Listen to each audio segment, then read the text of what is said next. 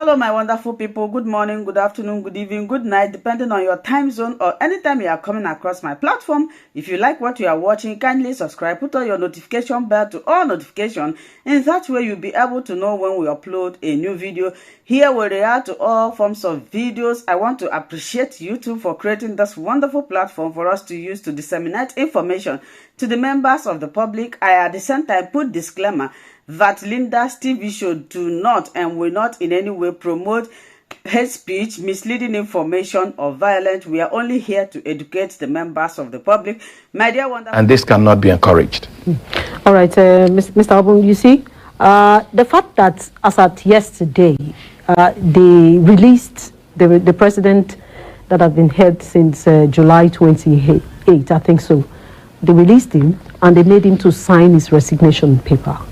He signed that he has resigned. So how can they reverse that again with the ECOWAS decision today? That is a force majeure. Okay. When you do things under duress and then presume, for example, by their own tenets and from their own perspective, they have overthrown the government, they've taken charge, they formed the government, like he said, or to give us a fair, complete, tie the hands of the West African regional body, tie the hands of the international community. Since we're already sitting here, just allow us.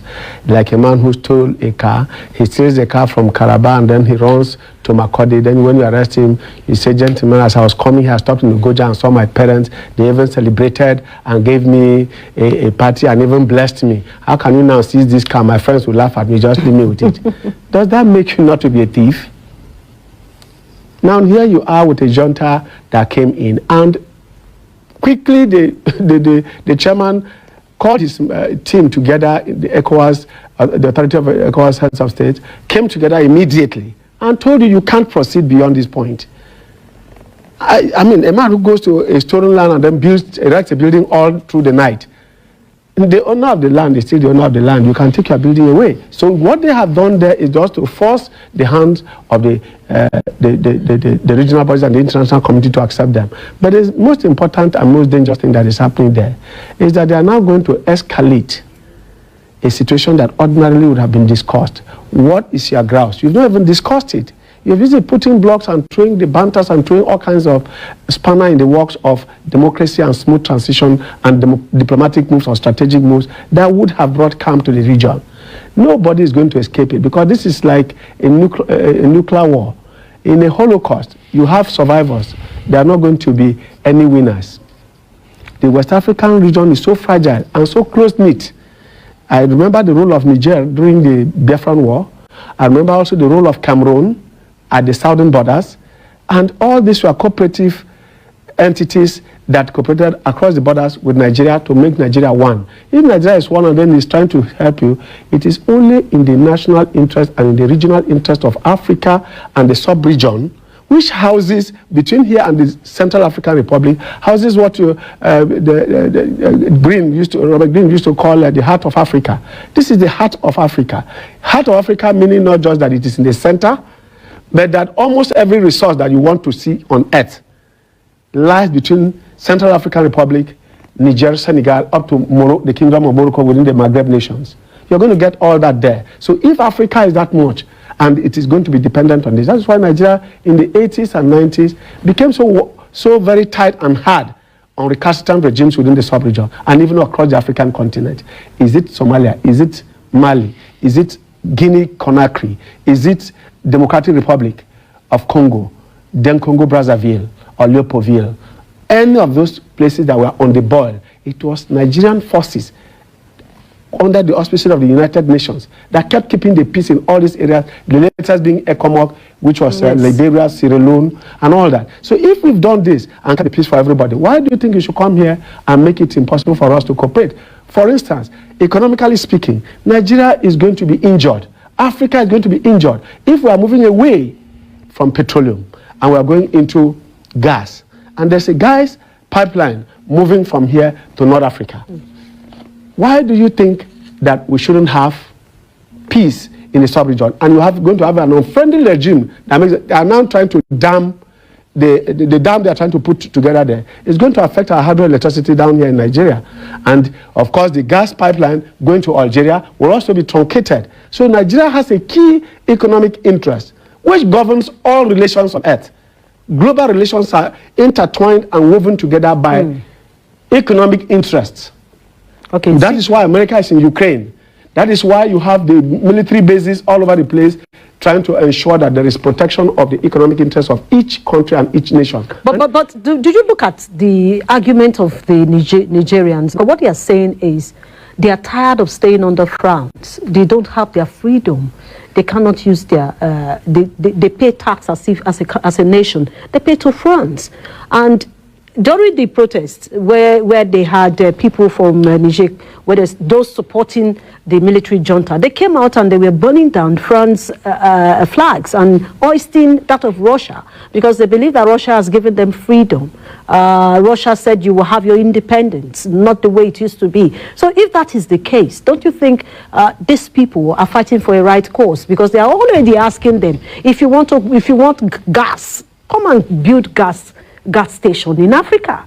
Is that not a good one? This is a very fantastic cause, wrongly pursued. Okay. Good intention, badly executed. Neocolonialism. When in 1975,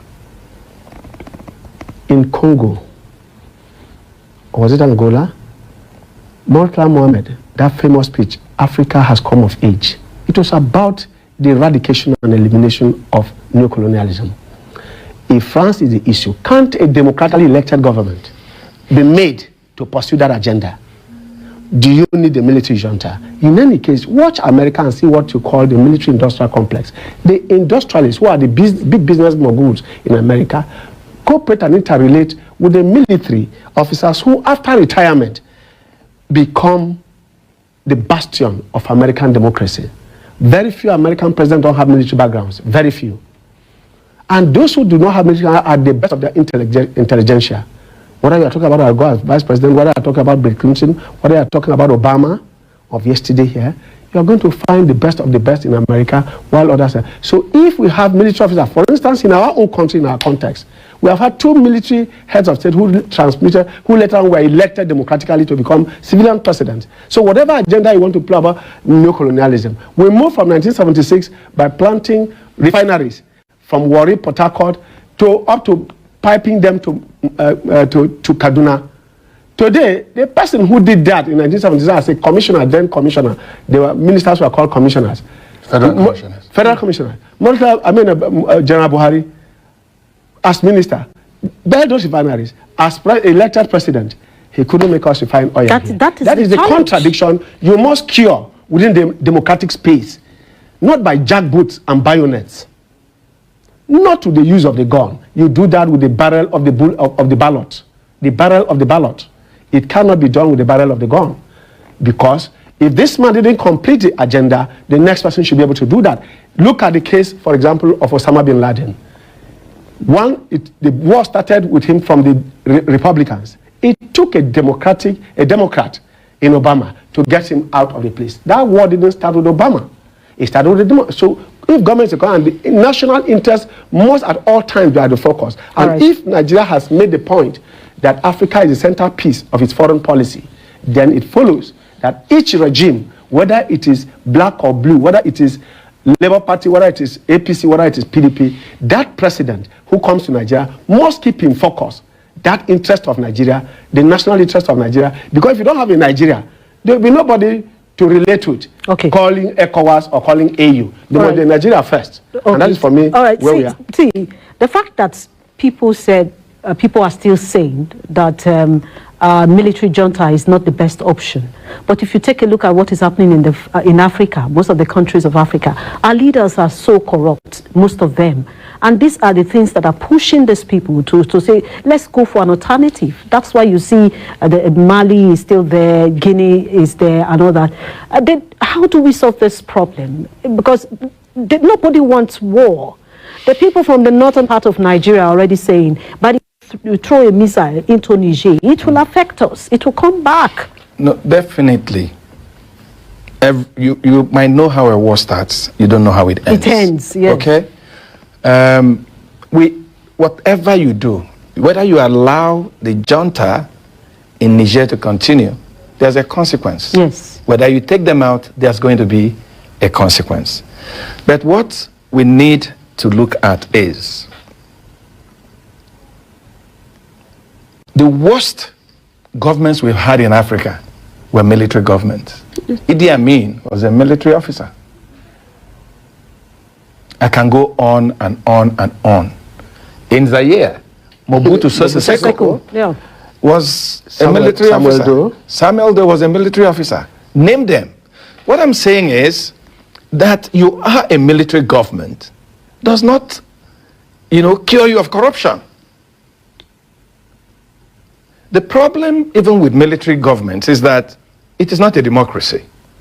So the only way you can take them out is also to be as illegal as they are, through the barrel of the gun. Or in a situation... They don't believe in... Yes, or in a situation where the people start rioting and doing this and doing that, and it happened in Niger some time ago. The point that we need to make is that if you have any idea about how to make a country better, join politics. We are not saying, I'm not saying, and from what he said, he's not saying so, and a lot of people are not saying so. We're not saying that Africa is El Dorado. We're not saying that our governments are doing very well or perfectly well. But we want a system where we can learn through our mistakes, where we can grow democracy. What happened in Nigeria? A lot of our ex-military officers are deep in our politics. If you go to the National Assembly, a sizable number of military officers or retired are there. So in Niger, if people want to change neocolonialism that they say is the bane of their problems, go through the proper route. Run for election. Support a politician. Because if we continue to allow people to take laws into their hands, then it becomes the survival of the fittest. Whoever can pick a gun, shoots everybody, and then takes over. Whether he has come with an agenda, you don't know. In all this confusion in Niger, I've not heard anything from these military officers where they had, like something they had researched over 1 year or 6 months or 1 month to say, this is what we want to do. We've taken over power. This is what we want to do. So it is going to take Africa back. But let me tell you something. As Nigeria, we need to make sure that we don't make this conflict a conflict between Niger and Nigeria. What is it? Never. We should not. Our leaders should ensure that that does not happen, no matter the provocation. And to do that is to build a coalition. Let me tell you something about building a coalition. If you build a coalition, you can get away with murder. You can get away with a lot of things.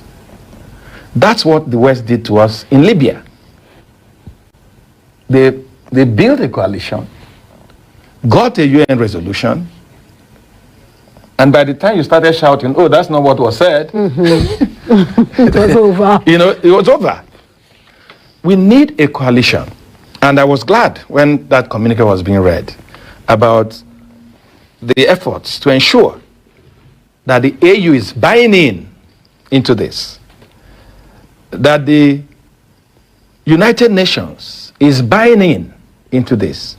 I don't know, when I started, I said I was worried that they were giving just 6-7 days to do this or do that, because I thought that was not time enough for Nigeria to build a coalition, to build, to get the buy-in of the other stratas of world politics. And I'm also concerned about other Africans that are in Niger. You need to understand the peculiar role that Niger is like in the middle. Yes. It is it is the hotbed of this global immigration from Africa to Europe. From Niger, you go through Libya, and then a lot of them go through Italy and all that. So, if we are saying that, and that's why I want our leaders to be very careful, especially the Nigerian government. If we don't do the needful, if we don't put our house in order, there's going to be a lot of collateral damage. And I'll give you an example. In Sierra Leone and Libya, and in Liberia, a lot of Nigerians suffered. Yes. They were killed, their businesses destroyed, a lot of them were amputated, a lot of them were treated like animals. What was the problem? Your country, Nigeria, is trying to ruin our country. Even though Nigeria was spending billions to make sure that these countries stood on their feet, democracy came back, and then good governance and what have you.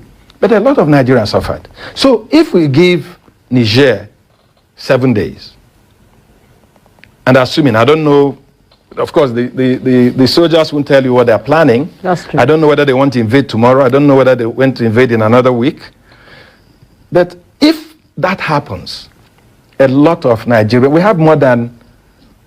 have close to, and the statistics, I don't know how correct it is. No, Niger is home to most Nigeria. IDP, Yes, IDPs in Nigeria. In Nigeria. From Nigeria. Yes. And we have IDPs from Mali. And they have family ties. And we have with northern Nigerians. IDPs, even though the Libyan angle of it has reduced tremendously. Yes. But then we have a lot of African migrants trying to get through, Niger. If we don't give more time, first of all, I would have thought that probably our government would take measures to move our countrymen out of Niger before this crisis starts, even though we're praying it shouldn't start. I also thought that most of the other West African countries would have, like France, US, and some other Western countries did. They've taken out their citizens. I thought we need to do that. And that is why I have some comfort that our leaders are still in the mood to explore diplomacy, negotiations, because we need to tidy all these loose ends, cross the T's and dot the I's. Except, I mean, if we don't do that, there'll be a lot of casualties. And we're already seeing what happens when illegal takeovers take place. Just yesterday, a rebel group that was part of the negotiations that brought democracy and what have you. They said they are going to war. They are going to fight against those that carried out the coup. That they wanted a return of Bazoum, and they were supporting ECOWAS. And that's how it starts. Yes, it's a replay of what we had before. Before you know it, it becomes a conflagration. Yes. Look at what is happening in Sudan. In Sudan, 2 military officers. Do you know the number, the thousands that are homeless? Do you know what is being destroyed in Sudan?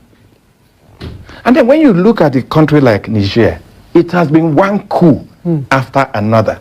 The only respite they had as a nation was the 14 years from 1960, when their inaugural president took over, and when he was taken out. Every other time, coups were happening like every other year. In 1974, when the military guy took over, in 3 years, there were 3 attempted coups, and a lot of people were killed. Even Bazoum, that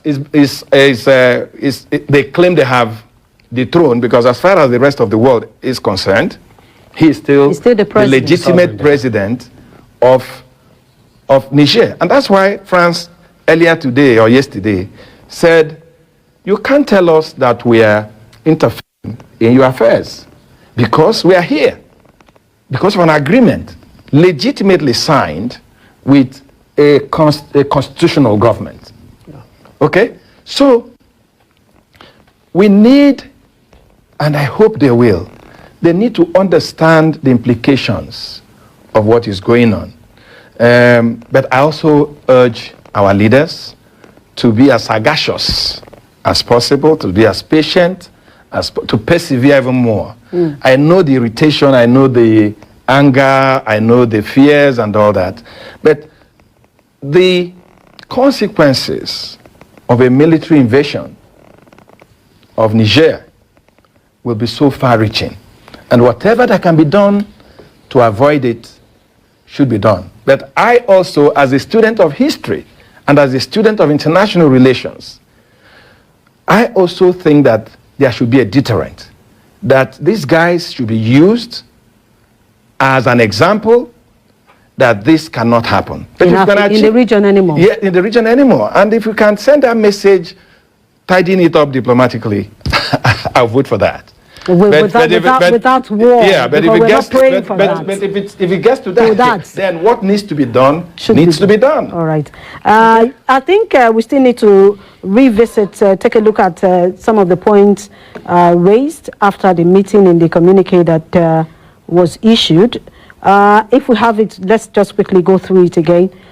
We have ECOWAS says all dialogue effort made has been defiantly rejected by the military junta, and they also condemn the continuous detention of President Bazoum and members of his family and government. They call on African Union, partner countries and institutions to support ECOWAS resolution, and part of the resolution is a possible force because they have directed immediate activation of the use of force against the military junta if they refuse to heed to some of the dialogue or to even speak with them, because as it stands now, they are not even allowing anybody to talk to them. They're just going about themselves. They're saying it's our country, and that's what we hope to have. But let's look at its implication to some of these African countries that have borders around Niger Republic. You saw that there's a court paper. A group in Nigeria has already sued the ECOWAS as well as the Nigerian president and others. To do what? On this issue of force, military force in Niger. Let me say this. It's very disheartening that people who should know decide not to know and get into some collective and selective amnesia. They keep forgetting what it will cost us as a country. Nobody has, in any case, in all communications, including the last ECOWAS resolution, is to the effect that every possible option, that war is the last option. But you cannot continue to be defiant and sit as an island in a global village, which is what Niger is like. What's the total population of Niger? 25 million. Add the entire migrants, the immigrants into the place, and all of them put together. It may even get to 50. So are they up to 30 million? Now, those you are calling border communities, I come from a border community. I just came from there with Cameroon. Cameroon. Yes, so I have an experience. It's a francophone country as well. And we have issues about borders, boundary crisis now that is before the National Assembly. But back to Niger, most of those people you are talking about, some of them, their grandparents are still alive and they are Nigerians. Yeah. Why they are Nigerians? Until the person from Maradi tells you that this is a Nigerian, you will never know. So they cross this way and spend Naira, you go the other way and spend the Nigerian currency, as we do with SEFA in ECOM borders, the bridge that Buhari just commissioned before he left office. You cross the bridge, you are in Cameroon, you come this way, so there is, and all of them speak the same language, the same festivals, the same burials, the same events. As we speak now, the Boki people of Cameroon and Nigeria are playing their annual New Yam Festival tournament. The tournament is going on. It is only Nigeria and Cameroon and the United Nations is telling us that this is your boundary, you cannot cross here and cannot go there. We don't know that. We know our traditional boundary to be extreme, that's it. So what you are finding in Niger is going to be such that the so-called casualties you are talking about, to differentiate them, is to look for 6.5 dozen. So what that means, what you are saying now is that it will affect us. Oh, sure. Of course, first of all, you're going to have the humanitarian crisis. Exactly. People, our people move there because of insurgency in Nigeria, they're going to also move here because of war. We're having that. And today we have about 10 camps of Cameroon because of the Ambazonia crisis in Western Anglophone Cameroon. We have about 10 camps of over nearly 30,000 Cameroonians in Cross River State alone. If you stretch it to Benue and Taraba, you have that. So what you're going to see here, and this is a sectional war in a part of Cameroon, Western Cameroon. Now you're taking an entire country of 25 million people at war. That means every of those countries will have a fair share of the refugees, a fair share of displaced persons. And not to talk about the health effect, the lack of education, the children, the women, the vulnerable ones, and all that. Of course, the food crisis is going to be there for you. The health crisis is going to be there for you. So there is nothing about war that is palatable. But in a situation such as we find ourselves, in which one country wants to take the entire, and their excuse is, what did you do to Mali? Yes, that has been what did you do to Guinea? What did you do to Burkina Faso? And I ask you, 2 recalcitrant armed robbers and Nene and Remo escape from the community and are being hunted. While they are being hunted, you start stealing and say, after all, the other one stole, we didn't do anything. So we must continue to steal because the first people have not been punished. Is that logic? That is inverted logic. It doesn't make sense at all in international relations. So for me, what is the ECOWAS is doing now is to do some kind of gumboot diplomacy. Look at us here. As you are talking there, look at our guns here. But let us discuss as brothers. Can you tell us your problem? Are they ready to listen? Normally, what happens in this type of things, even in Nigerian military coups, the first speech tells you the corruption here is unbearable. Our clinics have become mere consulting clinics. But you hear the areas of interest. If it is France that your problem, France's problem cannot be cured.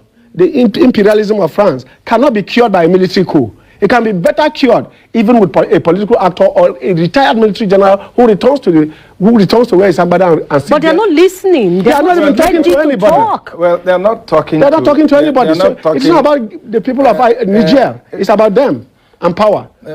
They're not talking to anybody. That's what Nigerians call initial garagara. You understand? I'm trying to find a proper word in international diplomacy. What they are doing, they are grandstanding. Okay. But that's why we need the leaders in West Africa need to take it step by step. Build a coalition. And you may have noticed that the Russia they are putting their flag is not talking to them. Except they are talking to them in the night. And that is not having quiet talks with them. What you've heard is the Wagner group suggesting they can be of help. Russia is not talking to them. Russia is carrying its own wahala. It doesn't want to get into any other one. They don't seem to understand all this. They don't seem to understand the cost of this mistake that they are making. Because, just like he said, that it happens with Nigeria. EFCC goes after a politician. He says, but I'm not the only thief. So why are they going after me? It's political witch hunting.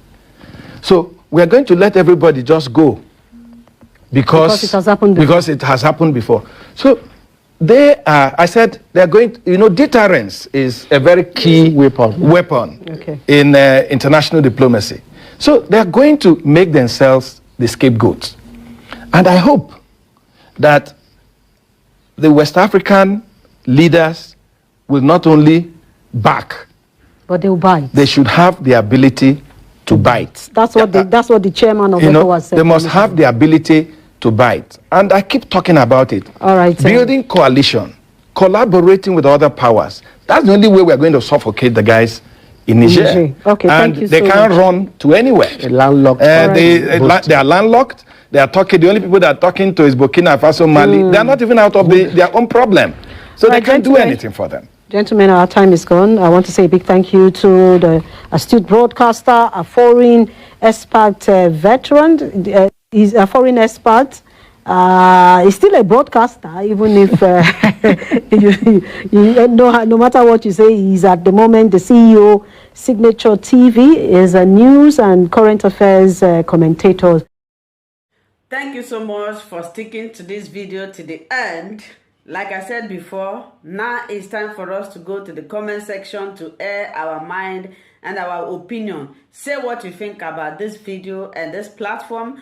Do it constructively. Share this video, like, subscribe, and also continue to watch Linda's TV show, because this is the home of news. Until I see you again in my next video, remain blessed. For now, I would say bye-bye.